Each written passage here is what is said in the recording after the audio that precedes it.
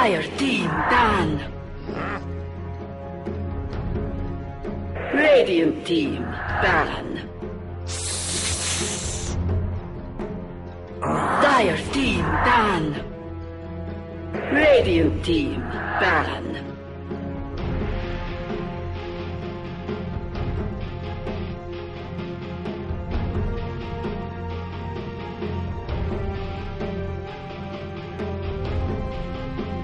Ten seconds remaining. 5 seconds remaining.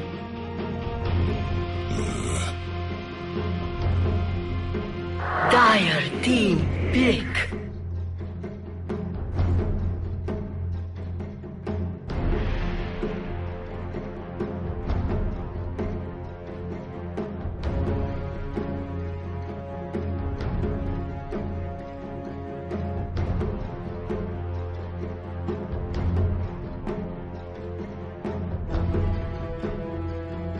Ten seconds remaining.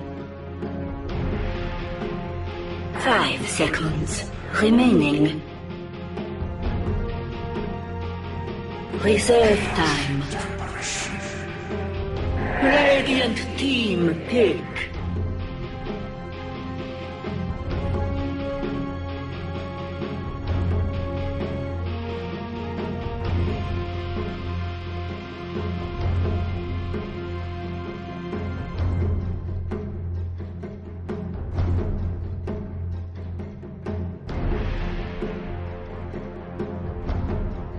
Ten seconds remaining. Naga Siren. Disruptor. Dire team pick.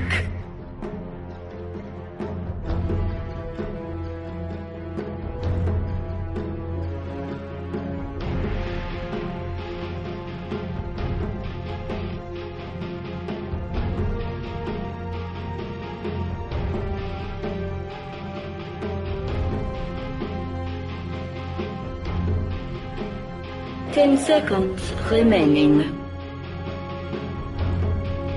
5 seconds remaining. Reserve time.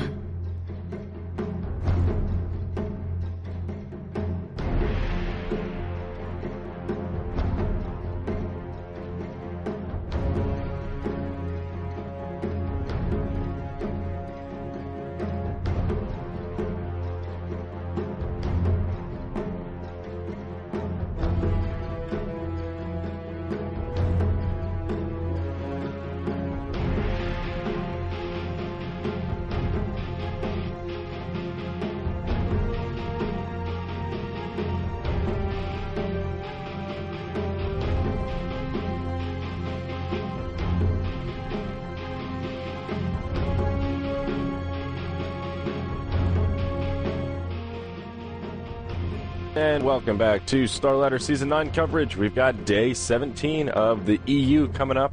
First game, Power Rangers versus Alliance. Pretty cool one, because last two seasons, Power Rangers have beat Alliance. This time around, Power Rangers not doing as well in the actual standings. They're 4-4, which is pretty respectable considering the tough teams in Europe. But Alliance are, I believe, 8-3. They've played a lot of matches, and they've won a lot of matches. Well, let's double check our grid here. Alliance have played the most games, tied with Relax, actually, and you're right, they are 8-3. And PR, they're seeded number 9 right now at 4-4, so they're kind of right on the cusp. They're going to need to go on some sort of a crazy win streak if they want a shot at the top 4. But Radiant team ban. They've played most of the kind of top tier rated teams. Your Fnatic, I believe Empire as well. So it has been the tougher part of the bracket for them. But end of the day, only the top 4 goes to Kiev. So as soon as you pick up 5-6 losses, you're in a bit of a tough spot. Yeah, so it should be an interesting game. I'm sure Alliance will want to win this one for no reason other than just not to be upset for the third season in a row here. But I think we can go ahead and hop into our draft. We have... Oops. Today, gods, there we go. Got it right. Wipe that brow. So we've got Power Rangers on the Dire side. We will have FNG as their drafter. Scandal once again technically standing in, but he is their new solo mid player. And of course, Loda is doing the drafting on the side of Alliance. PR did start off with the first pick, Ancient Apparition. And Alliance took that as an opportunity to grab themselves a Naga and Disruptor with their first 2 picks. Yeah, by no means the conventional way to draft in the current patch, but Alliance have never really followed the conventions too much. They like this Naga Siren a lot, ever since it was one of the best support heroes back during the TI3 era. They were running on EGM all the time, and lately he's been a trending pick just for his kind of split-pushing Radiance carry style of play. So we'll have to see exactly what Alliance have in mind with the Naga Siren, but I don't think they'll immediately be just following what other teams are doing and playing him as a carry necessarily. Yeah, and the bans from Power Rangers making a fair bit of sense. Alliance have been experimenting with Dazzle a little bit. I think on this patch they're 7-0. So a hero that they have a pretty good win streak with. Not surprised to see him banned out. Shen, pretty obvious. Then Batrider and Clockwork too, just very annoying here. As I know Bulldog's been playing a lot of Clockwork as well on this patch. Radiant team pick. Rangers have got them. I mean, they've got this good global presence so far with their draft. The Nature's Prophet AA Ultimate can come from anywhere on the map, so this is where they're going to be looking to maybe add on to that. I don't think you go as far as picking up the Zeus, just because Zeus is such a kind of weak laning hero. He doesn't actually do very well in the mid lane, but maybe even consider Spectre as your carry hero and get some other kind of global ganking style lineup. Just to sort of make it tricky for Alliance to farm anywhere safely. Like force them into this kind of the stickers 5 and just be very inefficient with their farming. Yeah, very true. And I like the choice to grab Disruptor. He's a support that he just has such a unique skill set. And we've seen so many games where Disruptor is the difference between a break-even exchange where everyone runs away and then just grabbing a free kill while the opposition is in retreat mode. So I do like that hero, and it's interesting to see Alliance giving him such high priority here as a second pick. Yeah, I don't think there's an easy explanation to that one. It just seems to, more than anything, it maybe just suits their style and what they want to do a bit. But and something they're very good at using as well. EGM's played this hero quite a bit, Aki as well, sometimes on the Disruptor. So as to why they prefer it over the other supports that we're seeing more of as of late, I don't think there's an easy answer for it. Yeah, no, I don't think so either. But they've got a good bit of lockdown now between Naga's Net and Song of the Siren. They've got the Impale on Nyx, and also all of the crowd controls Disruptor can put down. So a pretty well-rounded draft to get things rolling for Alliance. We'll see how Power Rangers choose to react, and it looks like this more or less unconventional draft, maybe throwing PR off their game, as they'll burn through most of their bonus time before this draft completes, and they'll settle on a Rubik. Yeah, not going to reveal too much. So they've got their 2 supports, a Rubik AA, and then they'll look to get their mid as well as their carry with their last 2 picks. And Alliance goes straight into a Mirana, which I imagine maybe Lotus here for some it's a farming Mirana either in like the tri lane, maybe. Well, probably not a safe lane, but probably not a solo, but whether it's tri lane in the safe lane or in the off lane, Disruptor, Naga, Mirana is a very powerful tri lane if they want to send that down up top and go offensive tri lane. Yeah, the net makes for pretty easy setup for arrows, and then Disruptor makes it pretty darn easy to secure those kills as well. I would guess it's a Loda Mirana here, like you were mentioning, and probably that S4 hero coming out last. And put Naga mid, but I don't know. Just looking at this draft, I don't think that's the most likely case. Yeah, unless at this point they're probably thinking, hey, we don't have to commit to anything until we see what Power Rangers want to do. They pick up a Doom, so another kind of hero that isn't going to give Alliance, isn't going to tell Alliance too much, because this can go mid or it can go to the safe lane, and also it just fits into any draft. So they don't know if Power Rangers are going to go back, pick a hard carry, whether they're going to pick something a bit more nuke-based, like a hero like a Puck for the mid lane. It doesn't really necessarily say a whole lot about what Power Rangers want to do. My guess is it's probably a safe lane Doom, but it's no real guarantees there. Puck with their final ban, and I was going to suggest that Puck might be a solid choice for Alliance to actually pick themselves. And if they're indeed looking for an S4 hero, I think they'll need somebody that can be a little bit of a tempo controller in that mid-game. Invoker, Quaswax Invoker would have worked great here, but obviously he's banned out as well. Power Rangers take a different angle. They'll ban out the Enchantress. Very interesting. They're worried that maybe Naga Siren is going to be a core hero here. I mean, you could well put Naga in a farming role, Mirana mid, or Naga mid and Mirana farming role. So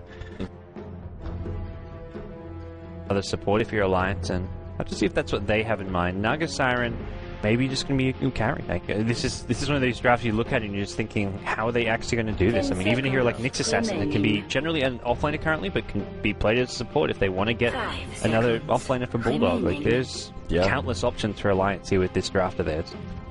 Reserve time. of the reasons this is a scary draft and possibly why PR have burned through most of their time. But Alliance, they won't have that luxury of the final pick, so they'll have to reveal their hand a little bit earlier on. And time will tell with what they want to do. I really don't know. Well, we're in agreement then. Yeah, I don't know. All right, it's settled. No one knows. Yeah, I can't even speculate as to what Alliance's last pick might be. For PR, I think it's Puck for mid lane, but instead of the Puck, they look to heroes maybe like the Dragon Knight, heroes like Brewmaster even. I don't see them run much Brewmaster, but TA is still an option as well, but that kind of gives them just a bit too much. They don't have enough. Alliance, if they're thinking that PR will go with the Strength hero, but no, they'll switch it up and they'll grab Shadow Fiend. Probably an S4 Shadow Fiend. We've seen it a couple of times, I think 2 or 3 times ever. I actually pull up the Dota. But I know the game that we casted, Merlini and I casted the other day, maybe a week ago, was there weren't too many Shadow Fiend games in the history of S4, so looks like Alliance will continue with their trend of kind of experimenting outward with some heroes they're not traditionally very comfortable with. Yep. I don't think this will throw them off too much. They definitely won't want to be sending the Doom in against the Shadow Fiend. They'll want some kind of a mid 1v1 matchup that's, well, maybe not a bit more favored. A hero that can actually look for kills on SF when the he is your mid hero, so Scandal will be up against the Shadow Fiend there. Pro Breathe Fire spam, but he's going to need early rotations from his support, as well as even the Nature's Prophet to look to shut down S4, because you know Alliance, they're going to be looking to stack all the neutrals all over the jungle just to help S4 get completely out of control here.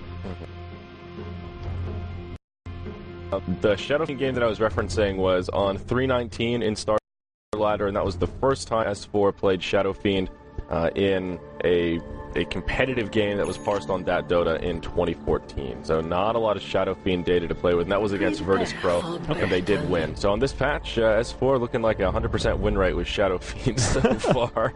Of course, being facetious, he's only played 1 game, but very interesting nonetheless. It's always cool to see these top-tier teams taking the opportunity in these huge round-robin formats to experiment a little bit, play heroes that they're not traditionally very comfortable with, and it should be interesting. Yeah. Experimenting for Alliance, like they're 8-3, which is pretty comfortable. Like they're near the top of the group. I don't think on points they are top, but like there's some teams with fewer losses, being Empire and Na'Vi. But if they add another loss or two here, like to a team like PR and someone else, they could suddenly be in jeopardy of not qualifying for the LAN finals. Yeah.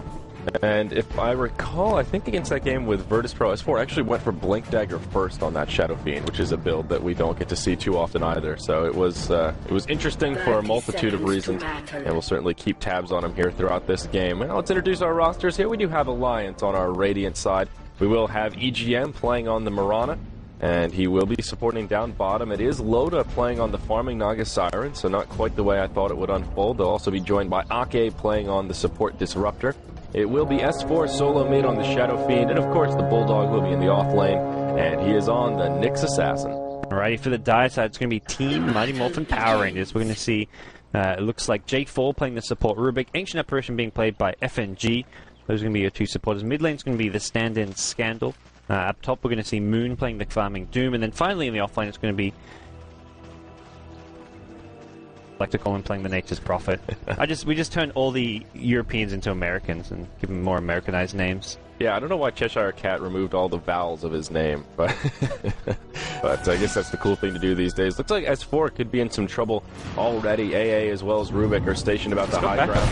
Yeah, Haste Rune already out on J4, and he'll actually get stunned inside of tower range, and it'll get turned around the other way. Mirana comes in, and Alliance are the ones to secure the first blood. They'll push back Scandal, and actually doing a lot of damage to this AA as well. There's the glimpse back, and they'll make it a 2-0. That's the power of the Disruptor being showed for us already in this game. Yeah, and Alliance just read Power Rangers so well there. They know that for DK to go mid against SF, he's going to need supports to help him out, look for a lot of rotations, and it's not a guarantee they'll go for a level 1 rotation and level 1 gank, but it's definitely a high possibility of it. You want to get Scandal off to a good early start, and well, they read PR well, they get the counter 2 kills, and suddenly Alliance are off to a fantastic start, as you said. It was also just a beautiful arrow from EGM. Rubik had a haste rune, so that was by no means an easy arrow, and he clipped him right here when he ran right into tower range, and that made it an even easier kill. The tower did probably half of his hit points more so than the heroes.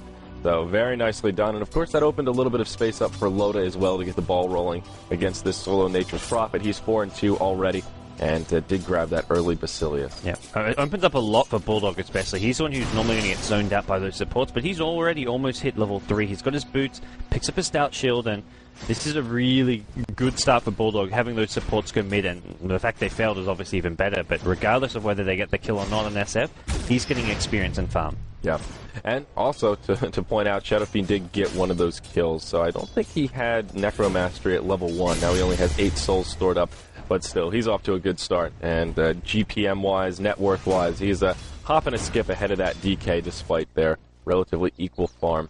Yeah.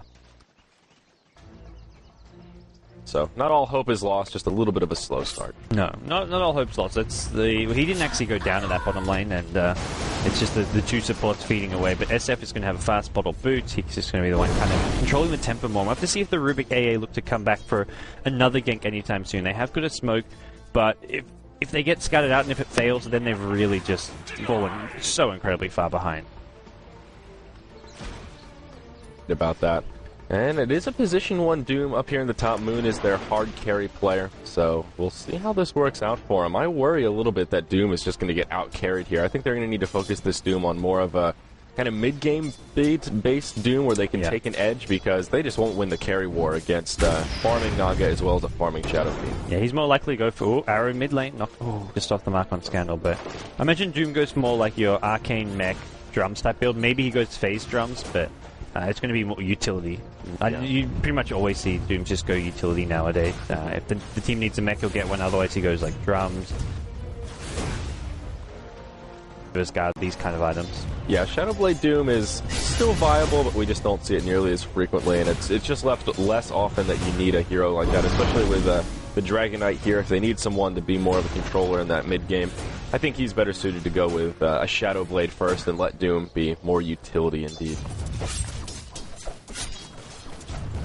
Up on bottom lane, he's like, I'm out of here. He's gone back to the jungle, so deciding he can't really go up against this Tron with good reason against a Disruptor who's now hit level 3. There's 2 points in the glimpse, which basically means his laning stage is over.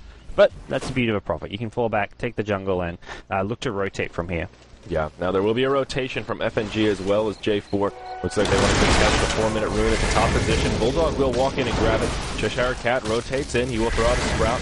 Cut down straight away by Bulldog, but now he's in big trouble. He'll get frozen from the cold feet, and they do grab a kill. Though there's a rotation from EGM. He connects with an arrow onto the Nature's Prophet, and now Cheshire Cat's in big trouble. S4 throwing some right clicks, and now just turning his focus onto J4. Scandal rotating in as well, and Breeze Fire comes, and S4 taking pretty heavy damage here. One of those Shadow Races off the mark, but an impale from the low ground. That'll create some space for him. They get a kill on the Rubik, and S4 will walk away.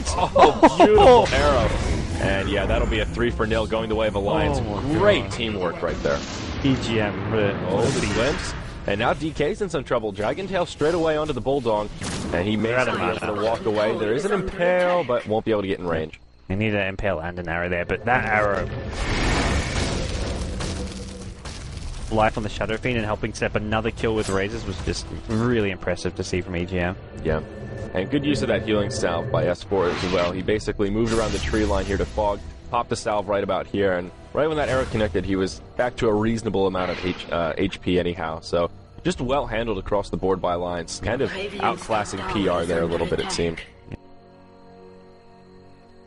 Doom's hit level 6. He's actually playing very aggressive on this top lane. I'm wondering if he's considering going for a kill here.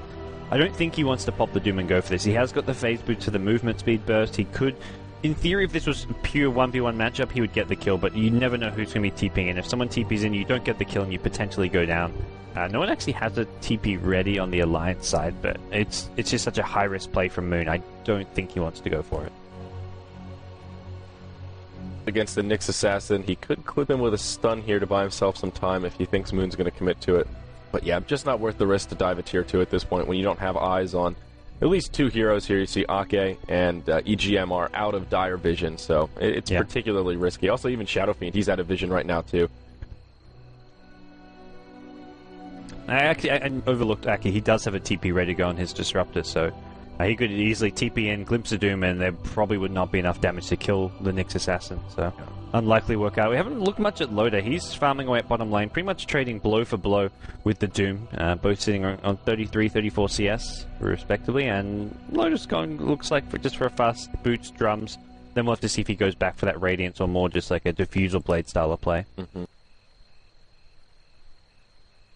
PR seeming reasonably comfortable just trading farm Doom for Naga. And like you mentioned, they are just about on point. One creep difference between the two of them. The big difference is Naga is just going to carry a hell of a lot harder. So I worry anytime I see that kind of equal trade. Hopefully PR are aware of that timeline and they know that that's only okay until the Doom gets those core items up, and then they're going to have to move around and put some crippling pressure on. Luckily for Power Rangers, they do have DK as well as Nature's Prophet, so they will be able to push these towers fairly aggressively in the mid-game.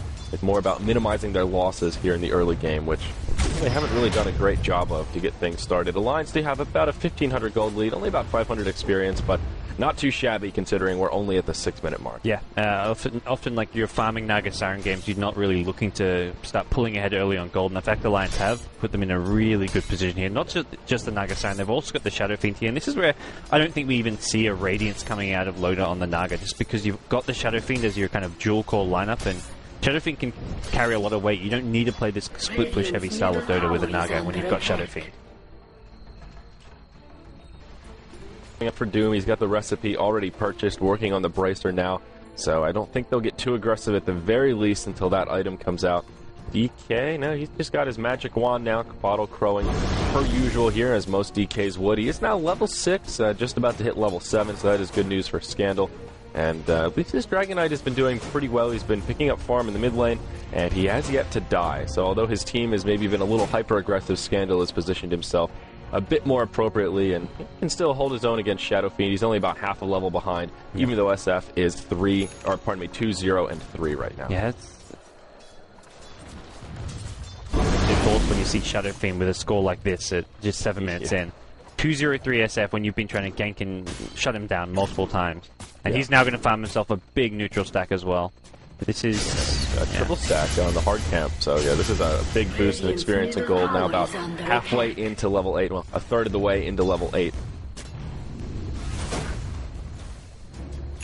Shadow Fiend, you can just rotate into the jungle so easily there. Yep. FNG does just drop a ward on the high ground in the mid lane. He was smoked up there, but looks like they're actually going to smoke towards top lane here. Scandal. Go right into Admiral Bulldog, Elder Dragon form used, the Dragon Tail to start things off, and they'll drop the Nyx Assassin before he can even react. The duration of that one stun lock, and now they'll just rotate to this top tower. So a nice kill for Power Rangers, and this will translate to a tower kill. Glyph comes out for Alliance. Their idea, just pressure the tier 1 in the mid and bottom in exchange for this top tower. Yeah, you said they wanted to start pushing down towers using the DK plus Prophet. They'll get one. They maybe go for the T2 tower, which is where Alliance really need to get these trades. Loda's going to get the T1 bottom. S4 wants to get this T1 mid. And it looks like he's going to do a lot of damage. Forces a TP already. Power Rangers need more TPs in if they want to stop this push, but for now, they're just going to continue on top. Yeah, it's only an Ancient Apparition that ported back, so he really won't be too scary to a Mirana Shadow Fiend. And if EGM is able to connect with an arrow, I'm sure they'll be able to secure a kill there. It looks like PR will grab this tier 2 in the top lane. There is no Glyph available, but no, they're not going to commit to it. They'll keep it out of deny range. One mid still standing, and FNG is still alive as well. Illusion Rune picked up by the Shadow Fiend. Everybody will just walk back to safety. S4 will just go back to farming as well.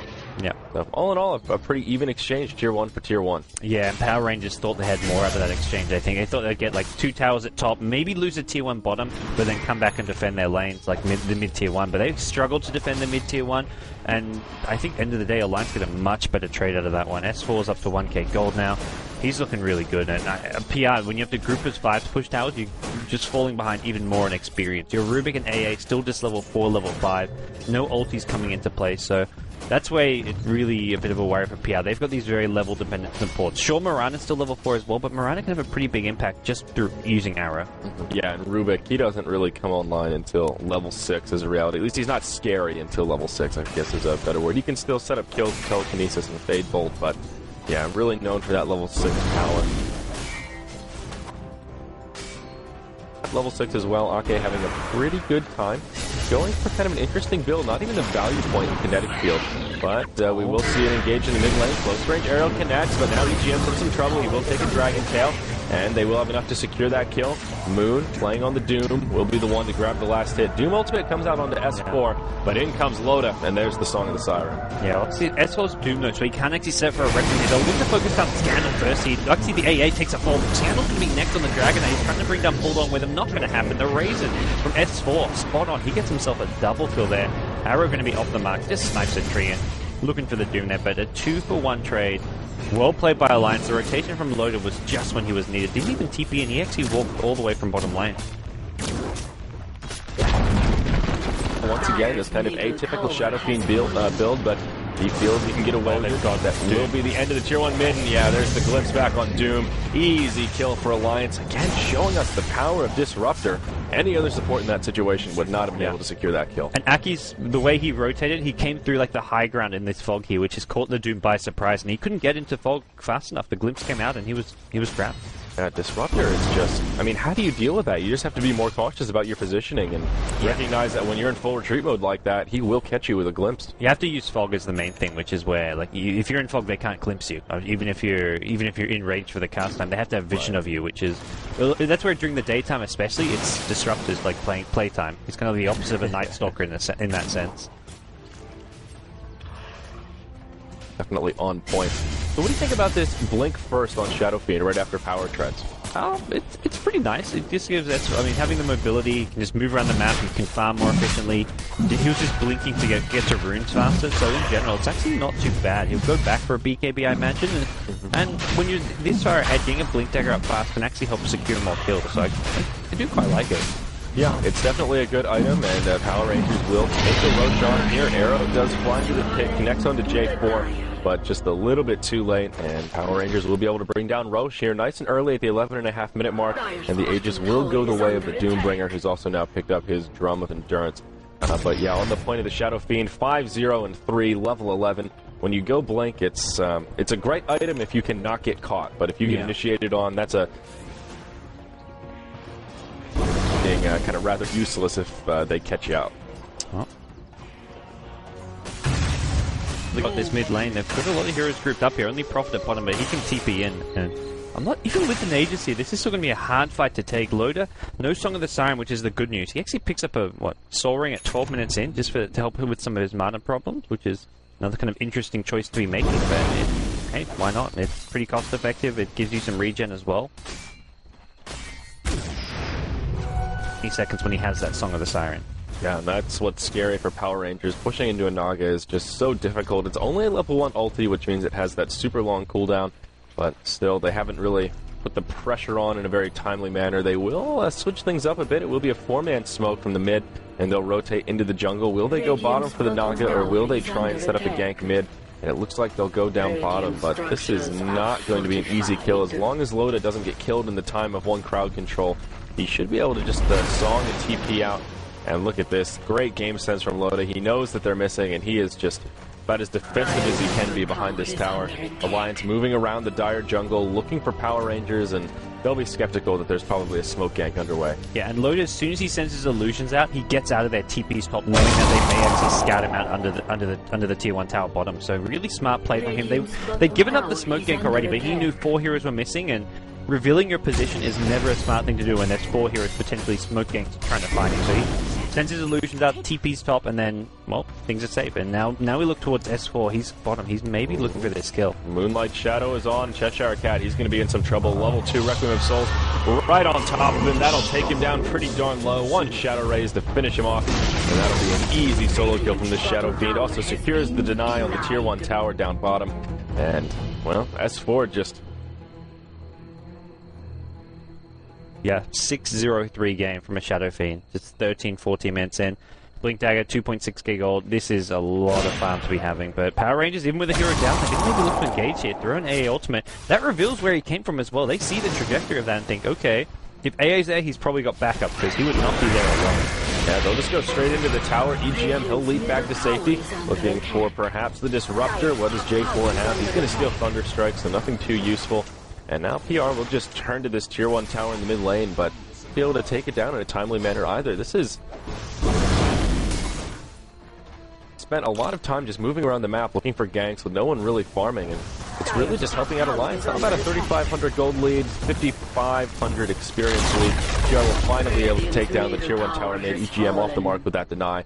So they do find something, but I don't know if it was worth it based on that smoke that they wasted and all the time they spent just kind of wandering around the jungle. Yeah, they finally get the tower, but they have to invest a lot, and this is coming at the cost of just farming their own jungle, splitting the lanes. The experience advantage for Alliance is like 7-8k right now, which is pretty huge.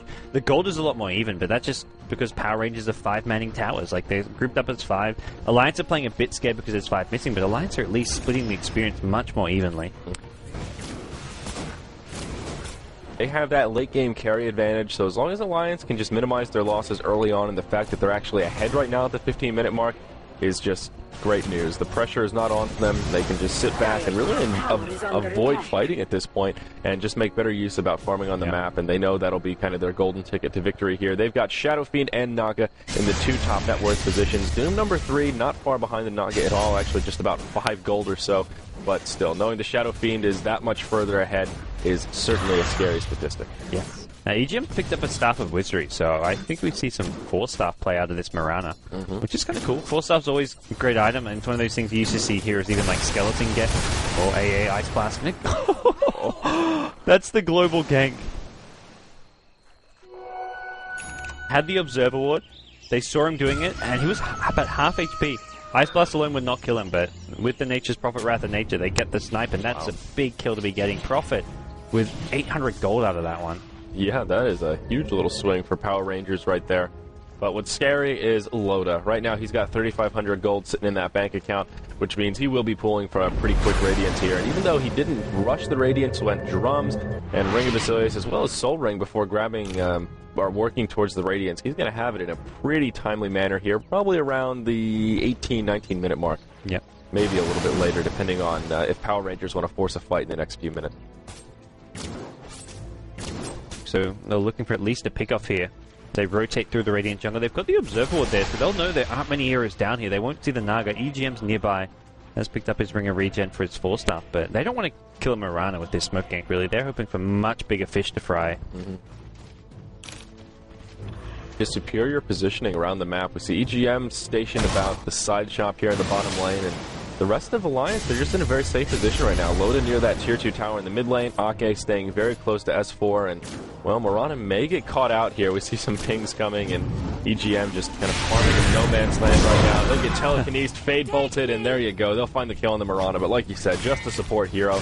Yeah. Really not the end of the world, and ultimately, considering it took them a smoke and a 5-man rotation, all that time wasted, still a pretty decent exchange for Alliance. Now Naga has more space to safely farm up that relic. Yeah, Naga's up to 3.9k gold. That's a relic gold. S4's farming the Ancient, so he's getting closer to his BKB. He actually has it in 65 gold, so he's good to go more or less. And with Radiance plus SF BKB, suddenly PR will struggle to take these fights like they've been doing. Yeah. Complete on Shadow Fiend, so even scarier. And Scandal, he's working on a BKB, but still a little ways off the mark. And speak of the devil, Doombringer, he'll complete his now, so that will be his second item after the Drum of Endurance and the Phase Boots. Some pretty standard builds coming out. I think Power Rangers would have been well advised to grab themselves an earlier mech. Bringing that item, but he just doesn't have enough farm to really grab it in a timely manner, sitting only on the headdress with about 750 gold. It's still a ways off before he'll have the mech. Doom could have been a good choice to go for that mech here, but I think the BKB is really essential against this a Naga SF combo, because Sleep is going to be looking to set up Requiem Assault, and that's where you want to instantly BKB after the Sleep comes off, but we'll have to see if we can get more BKBs up. Dragon Knight getting close to one for himself, and that's going to be one way of making this Song of the Siren teamfight setup not as effective, but even just Naga Mirana is really powerful and scary. You can't actually dodge the arrow out of Sleep if you toggle the Sleep off at the right time. Even with BKB up, the arrow's already on top of you, so you don't actually have time to pop it. Right, and sometimes the BKB against Naga can be a little bit more of a it can work against you a little bit, because if she pops the ultimate when you're the only one BKB'd, you're isolated, and all of a sudden it goes from a 5v5 to a 5v1, and even though you're BKB'd and immune to magic, you still can't survive the wrath of that many. Yeah, and that's where the SF pick's really smart as well, because you need physical damage to kill people when they're BKB during the song, and Naga alone doesn't do a whole lot of physical damage, but the SF, he's going to start packing a punch once he's... I mean, he already does, and when he gets another run up, he's going to start right-clicking even harder. Yeah. Alliance up towards the top lane. Admiral Bulldog in the front with Vendetta on, scouting out the area, looking to see if there's any support inbound, but Cheshire Cat could be in a little bit of trouble here. The smoke will be revealed. Arrow flies just barely off the mark, but they will scout out his TP home, and there will be an Impale to interrupt him. There's the kinetic field, and no way he'll survive to tell the tale. And a free kill will go the way of Alliance, and they secure the kill on that top tier 1 tower. Yeah, smart play, just throw the arrow out. They knew someone was there because Bulldog's smoke got revealed, so they just threw the arrow out, tried to scout him out, and even though when the arrow misses, it sets up for the Impale for Nixon. The Lions want, they may look to apply pressure onto this tier 2 tower, even EGM sure wants to. But his teammates are actually already mostly, for the most part, backed off a bit. Yeah, well, there's the Radiance up on Naga right around the 20-minute mark, so really not too shabby again, considering the Drums first, very impressive farm coming out of Dota, and it's just going to get worse from here. He hasn't even started farming yet. He'll make illusions, and he's going to just clear out this Radiant jungle faster than ever before. Force Staff will be up on Mirana before too long, just needs to wait for her turn to use the Courier, and already another 2,300 gold up on the Shadow Fiend after grabbing the BKB. Nyx Assassin finally level 11. Level 2 Vendetta's online. He's moving around looking for an opportunity to set up a gank, and Anvil may provide that opportunity for him. Yeah, he's really trying to get that BKB up, but he's just a little bit short here. It's going to be actually the Doom who's going to get caught out here. The Nyx goes in. Nice blink impale from Bulldog. That's a dead J4. AA Ultimate's going to land, but Vincere is already full HP, so that's actually not going to hurt him more. Hurts EGM a bit with the Breathe Fire. And they find Scandal as well now. Yeah, Loda comes in. He'll take a Dragon Tail, but to little avail. Scandal just gets obliterated. This Shadow Fiend is scary, and now Power Rangers are just in big trouble. We'll see a buyback coming from the Rubik, but I don't think he'll be able to do much with it. And I think it was Rubik and AA. They TP'd to the tower and then immediately cancelled it because they'd already lost DK and Doom, and they're like, wait a second, we can't fight this. Rubik fought back to TP in, but couldn't even end up doing so. So, Alliance. Yeah, this is turning into a bit of a disaster for Power Rangers, and I think Alliance are almost at that point where they're going to be able to run away with this game. Again, to go back to it, they've got the better late game, so the fact that they're now ahead 13-5, 22 minutes in, what can Power Rangers do? Cheshire Cat now has his Shadow Blade up on that Nature's Prophet. S4 was channeling the Requiem, but will opt to cancel it, recognizing he probably can't secure that kill without detection, but still will zone out the Nature's Prophet, and all go back to farming.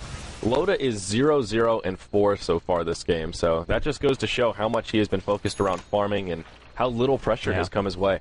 And he's been focused, like you say, mostly on farming, like 90-95% of the game, but the one or two times he has come to fights, he's had a big impact. That mid-tier 1 tower where he used the Song of the Siren to help set things up, and that top tier 2 tower, his rotation in was kind of that little edge factor which allowed Alliance to completely dominate the fight. Without him, I think they were still okay, but with him there, suddenly the fight becomes a tier 2 tower and like a 3-for-nothing trade with a buyback. Yep.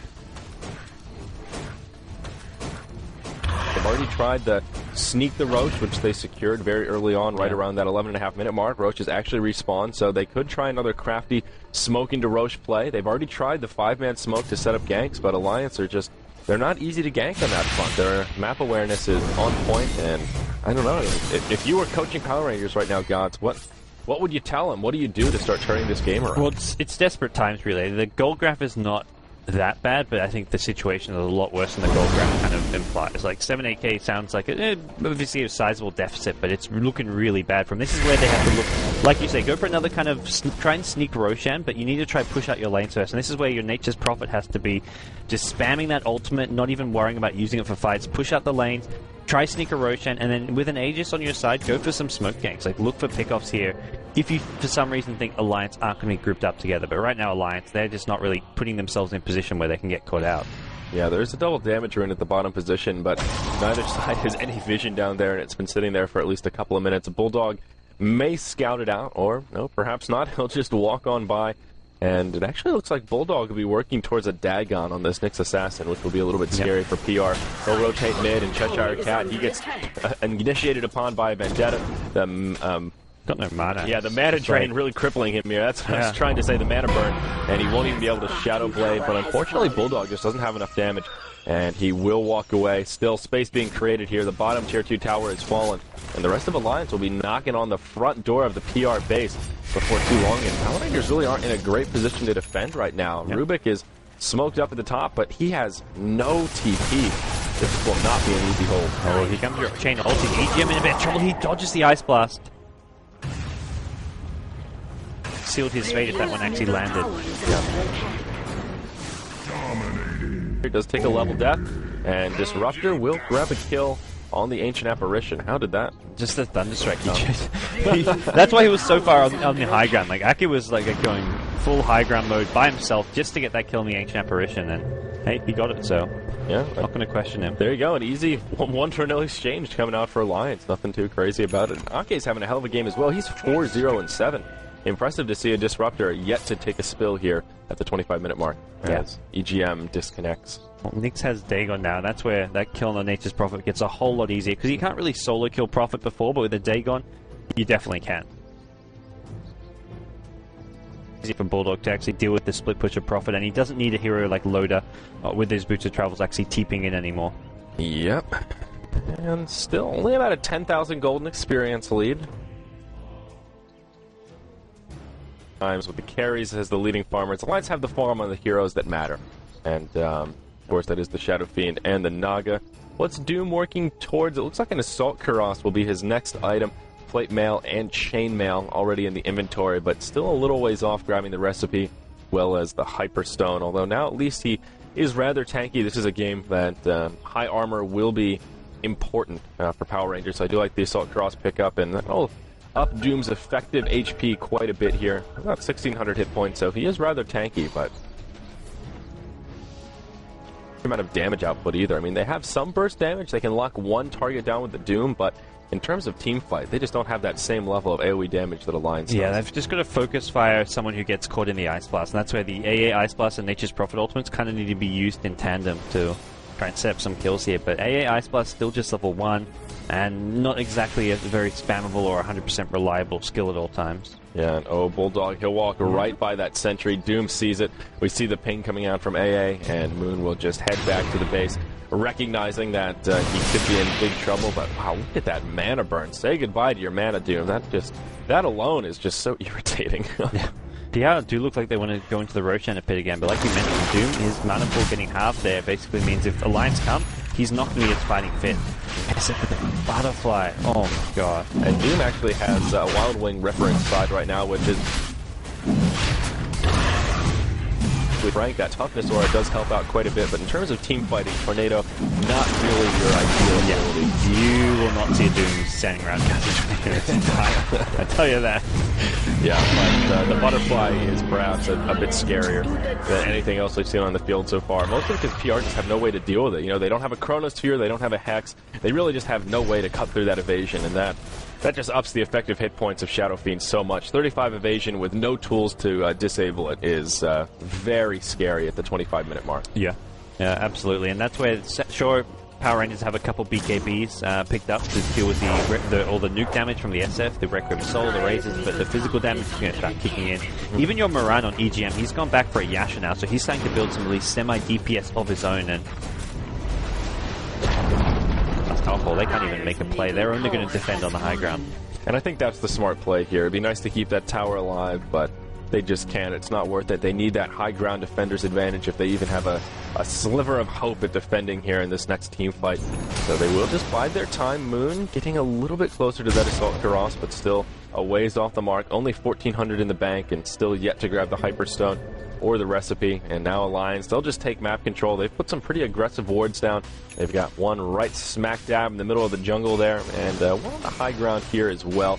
So they can try and catch Power Rangers off guard if they do press forward. And, well, a good Bulldog ward right here. If someone moves out to the hard camp and they're not at full HP, he might be able to get a pick off. Though I have to admit, the Dire side, despite being kind of cornered right now, they've got some pretty good wards down as well. They've got one down that access point into the Radiant Jungle up here by the top rune, and also here to the access point into their jungle, as well as the secret shot up top. So a decent spread of wards around the map, which is definitely good to see. Yeah, they've got bulk wards, man. They're just all over them. But at the same time, they're not the most useful wards. Like these aggressive wards near the top river, like the one in the lane, the one that's actually at the top rune. Like these kind of overlap a lot, so it's not the most efficient use of their wards. The lane ward at top does help the Prophet know when it's safe to split push this top lane. Yeah. And he really wants this tier 2 tower, but in general, these wards will not help them defend, will not help them find pickoffs all that much. But hey, it beats having no wards.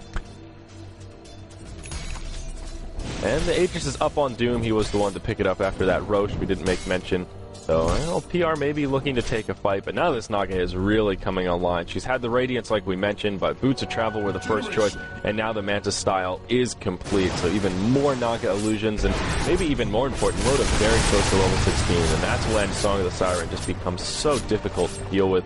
It's up for pretty much every engage, and there you go. Whew. Ake, Ag Scepter on the Disruptor. Big stuff, yeah. And against the BKBs, this could actually be able to be used to set kills here. Rubik's is on his own on the high ground at mid. That's an easy kill. Moonlight Shadow being used as well, but I don't even think that was necessary. That was just a straight up easy pick off. As well, Cops in the Ice Blast, but he's full HP still. In the jungle, and he will waddle back to the base, and he will survive. Down bottom, Bulldog, he engages on Cheshire Cat. He's got the damage for it, now showing off that Daigon, or does he? 8 hit points! Yeah. And Cheshire Cat gets off the Shadow Blade to stop that one last auto attack. Very nicely done, but maybe a small stroke of luck right there. Yeah, that was very, very close. And that's where Bulldog's like, okay, I'm getting Dagon 2. I need to be able to solo kill this Prophet. Dagon 2 is...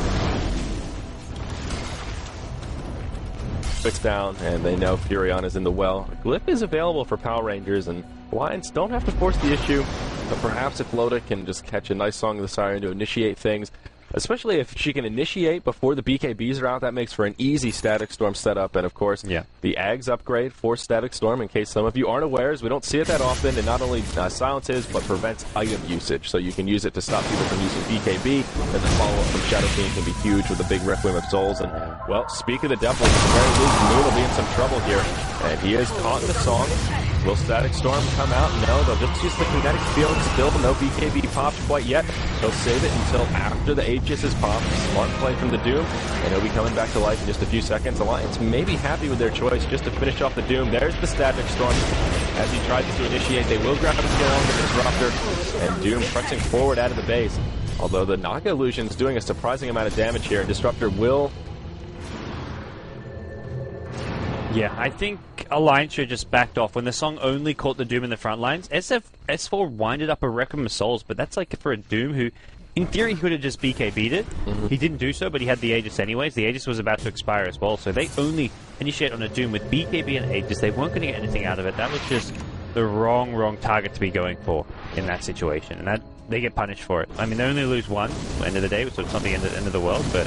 that could have gone even worse if Doom actually found the target after killing the Disruptor to pop that ultimate off. If he finds the Nyx or the Mirana, even someone like the SF, if you get the Doom on him and have follow-up damage, you could potentially get a kill. Yeah, now it looks like there could have been a miscommunication from Power Rangers here, because Moon has now picked up a Shiva's Guard, and it looks like he sold his chainmail. I don't see it anywhere else, and it's not sitting in the inventory any longer. I think Shiva's is a much better item choice here. Yeah, and Dragon Knight, he's going to pick up a plate mail, so it looks like he wants to be the Assault Karas carrier. And I think this does make some more sense. And all in all, I guess if you buy chainmail and end up selling it back, it's only like 250 gold wasted. So not the end of the world, but still a little bit unfortunate for Power Rangers. And this time they've got no Aegis to defend. This is going to get trickier. Mech is complete on the Ancient Apparition, and Nature's Prophet going kind of an interesting item choice. He will grab a Maelstrom into Mjolnir straight after the Shadow Blade, so just kind of an odd build all around. Very, very glass cannony here. Only 1,000 hit points for Prophet with essentially no stats. Shadow Blade, Mjolnir, Medallion, and the Phase Boost. So good for pushing, but easy kill. Doom in the front lines. He gets the Mjolnir buff on him. The Mjolnir is actually a really nice item since the buffs, and I kind of like it. Like, Nature's Prophet is, like you say, very squishy. AA almost dying to some illusions here, but if he goes back for a BKB next match, I think he could be a pretty good DPS hero. Like, he can actually scale fairly well as a late game. Yep, he definitely does a lot of damage, no doubt about that, but more immediate here, Power Rangers really taking some damage. Glyph's still available, BKBs come out, the Doom does burn the ultimate on the Shadow Fiend, Song of the Siren was burned, but the BKBs were already popped, and now Alliance will be in kind of retreat mode, at least for now. They may be looking to reinitiate. Arrow will fly and connect with Rubik, but I don't know that they'll hop in to try and secure that kill. Moonlight Shadow does come out, and an Ice Blast actually does connect with Loda. Treats save their resources for another time, and they don't force out the Glyph, but they do a considerable amount of damage to that tier 3 tower and continue to whittle down the base of PR. Yeah, it's always coming at the cost of a kill, but it's like last time it was just a Disruptor, this time it's just a Nyx. These are not big game-changing kills for Alliance. They're not losing their carry, the SF or the Naga Siren. So for Alliance, they're still just poking and prodding, getting bit by bit closer to getting these Raxes, and once that tier 3 tower's down, it gets a lot easier to actually breach the high ground. Yeah, and those were two 10-second BKBs on the Doom as well as the HyperX. So in that context, lane. Oh yeah, we'll see an engage on EGM, and he'll take a lot of damage. Anke taking heavy damage as well, but Static Storm Kinetic Field will be enough to make it a 1-for-1 support disruptor for the position 1 Doom. So all in all, a good exchange for Alliance. I thought EGM was just going to straight up die there, but not the case here. Prophet actually TP'd in looking for him behind, or near the tier 2 tower, but it looks like EGM already back to base and leaping his way back out. And now Alliance, they take this opportunity to press forward and perhaps finish off this tier 3 tower in the mid. They know top. Doom is their hard hitter, and yeah, he'll try and pour it out. Oh, the Impale from Bulldog. That's enough to interrupt him and secure the kill. Naga just zoning out Power Rangers with these illusions. Dire's middle barracks are under attack. Eric's starting to take some heavy damage. Glyph is still available. S4 will get that melee racks down to about half health, and then they will retreat and wait for a fresh wave of creeps. Naga just continuing to be an irritant with these illusions. Yeah, problem is Doom's about to respawn in 10 seconds. He has buyback, but when you're this close to respawn, you can not only use your buyback. Dire's middle barracks are under attack. With the Nyx Assassin, he may actually shatter here. I didn't have the character something. Yep. Alright. And S4, he'll go back in, doing some more chip damage. Won't have enough to finish off the melee, but ranged racks very close to falling. And not sure what Shadow Fiend's grabbing with his ultimate orb. He could be transitioning into a Scotty. Yeah, he's got about 3,500, so if that's his choice, he's actually pretty darn close to completing that. Either Scotty or Manta, both probably pretty good. Scotty makes you a bit tankier, Manta gives you a bit more pushing power with all the illusions, and with the way this game's going, maybe you want the Manta just so you can keep sending illusions to the high ground, chip away at these Raxes bit by bit, and we'll see soon enough. He can almost afford either of those two items. Maybe just thinking he might want to have buyback this game. That's going to be a Scotty. Yep, there is also a gem up on the Dragonite, which I don't think we mentioned. It was picked up by the Ancient Apparition. So Moonlight Shadow will be a little bit less useful in these team fights if the Dragonite is inbound. Dragonite's got a Soul Crest, so... Remaining pieces here. Oh, yeah. Pretty solid. Not a bad pickup here. PR are hanging in there. They've done a really good job of just hanging close, not letting Alliance just snowball out of control, and you put yourself in a position where you just haven't lost the game and you've got enough items to maybe win a fight, even if it's a 5-10% chance, they could theoretically still win this, so... That's where Alliance have to be a bit careful. They are going to blink in, check out Roshan. It's not respawned just yet, but it should be respawning pretty damn soon. Yeah, just about. Unfortunate for Alliance, they check it, and it's one of those in your head, you go, okay, Roche isn't up. 2 seconds later, he respawns, and when in reality, they probably could have secured an easy third Roche. Now they will just change their tone and press up the mid lane. So, small bit of unfortunate luck there, but or lack thereof, as it may be. They haven't got SF, he's bottom, so I don't think we're going to actually see them go for this push. He's going to stop the Nature's Prophet. Tons of treants here waiting for him. This S4, he is just scary. Their choice here to get more tank-oriented items. Shadow Fiend with 2,200 HP, he won't be an easy kill, and all of a sudden, Naga Siren, that's a hard to Tarrasque up on Loda. Yeah. So with 2,600 hit points, Naga won't be an easy kill either. And now Cheshire Cat, he could be in some trouble, very low on mana. They will scout him out, impale on the mark, and it will be there just in the nick of time to interrupt him. And, yeah, plenty of follow-up. The net and the arrow. See you later, Nature's Prophet. He's down for 60 seconds. Buyback is available for him, so he may need to burn it here, as it looks like Alliance will be gearing up for another push towards the mid lane. Nature's Prophet actually sold his Midas to pick up, I imagine just so he could afford his BKB earlier, but because normally you wouldn't want to sell your Midas yet. But yeah, he's got no Midas now, so... The BKB helps you a lot. You really need BKB against this team, though. Yeah, I think he's feeling like Hail Mary mode is upon him. And here we see initiation onto S4. As long as the Siren flies, the BKBs have already been popped. Doom ultimate onto S4, and this should be a kill on the Shadow Fiend. I don't think he'll survive the duration. Best they can hope for is a deny, and they'll get it. Mirana is the one to come in and grab that last hit.